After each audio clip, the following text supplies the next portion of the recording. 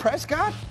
So he's out the other night, and he was being asked about his contract, and he said negotiations have not really begun as he enters the final year of a 4-year, $160 million deal. He also made it clear he's not afraid of the possibility of playing elsewhere after this year. I'm not going to say I fear being here or not. I don't fear either situation, to be candid with you. I love this game and love to play and love to better myself as a player and my teammates around me. Right now it's with the Dallas Cowboys. It's where I want to be, and that's where I am, and that's the focus. And after the season, we'll see where we're at, and if the future holds that, then if not, we'll go from there. All right, so again, to be clear, I mean, he's at a charity event. I mean, this was not a press conference, but generally speaking, those charity events turn into press conferences. They do. Right? Like, can we remind everyone at home exactly what it is that's left on his contract, exactly what it is they're talking about here? He's got 1 year left on his contract. His cap hit this year is over $55 million, and they're on the hook for $40 million in cap charges next year, even if he's not on the team. So we've reached the point where they need an extension, or they need to be thinking about him going elsewhere. But what you're hearing is a completely comfortable person. Like, he knows his worst-case scenario is he hits free agency as a starting quarterback. So he's fine either way. And I think the sense I've gotten all along is that he and the team are both fine with where things stand. Robert, how do you feel about things where they stand and those comments? Yeah, I mean, Greeny, listening to Dak talk, he's in Dallas, but he ain't happy, and I don't blame him. Like, when a man is happy in a relationship, he says, I love you, baby. I love being with you. This is the time of my life. Dak never once said, I love playing for the Cowboys.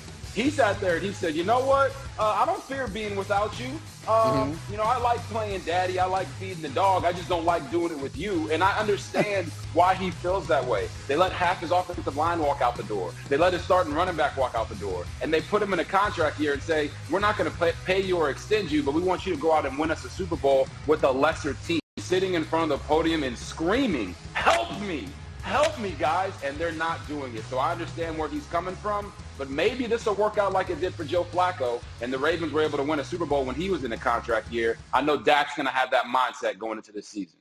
It's worth pointing out, though, that he's there. He's there for voluntary workouts. Yeah. And we tend to point out when guys aren't. Right? And we say, oh, this means they're unhappy and all that stuff. He's actually there, and I think that does say something about how he feels about the Cowboys. Because he continues to do the right thing at CeeDee all Lamb's turns, not there. as he always has. Yeah, and Micah Parsons wasn't there at one point last week either. So, I mean, he continues to do the right thing at every turn, as he always has. Yeah. And look, Robert, to your point, it worked out great for Joe Flacco, who won a Super Bowl and became the highest-paid quarterback in the NFL, and it worked out great for Kirk Cousins, who twice has become a free agent and both times cashed in huge. So there's no losing scenario in this for Dak Prescott. The question quickly, Mel, is how does all this inform what we expect him to do Thursday and Friday and Saturday? The emphasis is helping out Dak Prescott with the offensive line, because Dak Prescott's not going to survive a season with this offensive line unless they had 2 and possibly 3 offensive linemen, get a running back, another receiver, defensive tackle, off-ball linebacker. They got a ton of needs, but the offensive line is where it begins and ends. They got to address it in the first round and the second round possibly, maybe in the third round. Spencer Rattler, quarterback, South Carolina, maybe if you want to do that, but you better look at the offensive line early and often. Absolutely. You talked about Spencer Rattler. That would be a quarterback for the future. You never know. Asked Mel Kiper to identify the biggest questions he has, and one of his top 3 was, where will J.J. McCarthy go? How high in the draft, and who will take him? He is the subject of so much trade speculation and all the rest of that. And this morning, as we were bandying it about in our meeting, Dan Graziano brought up a very interesting possibility that McCarthy would definitely be a piece of as far as what might happen with the first 4 picks in this draft. There's a lot of people that think the quarterbacks are going to go 1, 2, 3, 4, which has never happened before. The issue is, of course, what it costs to get one of those picks, right? If you're talking about the Vikings trading up from 11, that's an expensive trade, right? If you have to get to 3 or 4, it's probably going to cost you the 2 first-round picks you have this year and 1 next year. So you have to ask the question, not is J.J. McCarthy worthy of a top 5 draft pick? Is he worthy of 3 first-round picks? Is the cost justified by the kind of player you think he's going to be? So look, what happens, right? If we say it's Caleb Williams 1, Jaden Daniels 2, what do the Patriots do?